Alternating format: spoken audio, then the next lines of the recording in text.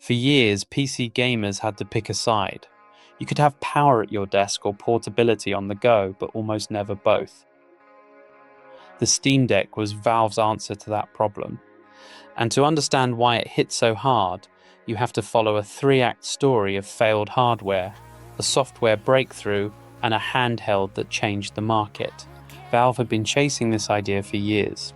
Forward to Garden Center, SteamOS, Steam Machines, and the Steam controller were all part of a bigger plan to pull PC gaming away from the desk and into a more flexible form. When Steam Machines and the original Steam controller officially launched in November 2015, the vision was interesting, but the ecosystem never reached escape velocity. The real turning point came in 2018 with Proton. Suddenly, Valve had a compatibility layer that could make huge numbers of Windows-focused games run on Linux without asking developers to rebuild everything from scratch. The problem was brutal. SteamOS was Linux-based, but most PC games were still built for Windows first, so the library just wasn't ready to follow Valve into the living room. That changed everything. The Steam Deck wasn't Steam Machines all over again. It was Valve trying the idea a second time after solving the biggest old problem. Valve announced the Steam Deck on July 15, 2021. Reservations opened the next day, and even after supply shortages pushed launch from December to February 2022, demand made it clear people wanted this exact device. What made it viable was the balance. A custom AMD APU built around Zen 2 and RDNA 2, SteamOS 3 on Linux and Proton underneath it all, let Valve pitch something simple and powerful. Your real PC library, portable. What made the Steam Deck matter is that it didn't feel like a science project. It made handheld PC gaming feel normal, approachable, and suddenly much more mainstream. For players, the pitch was almost perfect. You weren't buying into a closed ecosystem. You were taking a library you already owned and putting it in your backpack. That lowered the barrier in a huge way. Instead of rebuying games for a new platform, Steam Deck let the value of your existing account travel with you.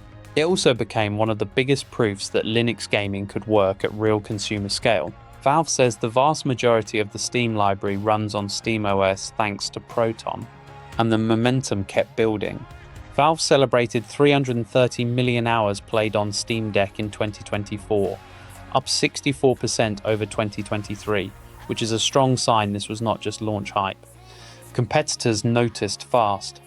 Asus pushed in with the ROG Ally, Lenovo followed with the Legion Go, and suddenly Steam Deck wasn't a weird side quest. It was the leader of a real category. Analyst estimates put handheld PC shipments at just under 6 million units across 2022 through 2025. That means the category is no longer niche noise. It's a market with weight. Culturally, the Steam Deck became a symbol of something bigger. Not console gaming, not desktop gaming, but a play-anywhere version of PC gaming that finally felt real. Act 3 is where the story gets even more interesting, because Valve's next move was not a rushed sequel. It was the Steam Deck OLED. An OLED was much more than a nicer screen. Valve upgraded to a 7.4-inch HDR OLED panel, pushed refresh rate to 90Hz, improved thermals, cut weight, added Wi-Fi 6E, and boosted battery from 40 watt-hours to 50.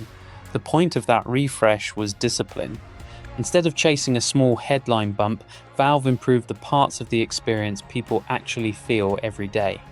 So what about a Steam Deck 2? There still isn't an official launch announcement, and that's important because the smart guess is that Valve wants a real leap in performance per watt, not just a faster chip that hurts battery life and price. The bigger play may be SteamOS itself.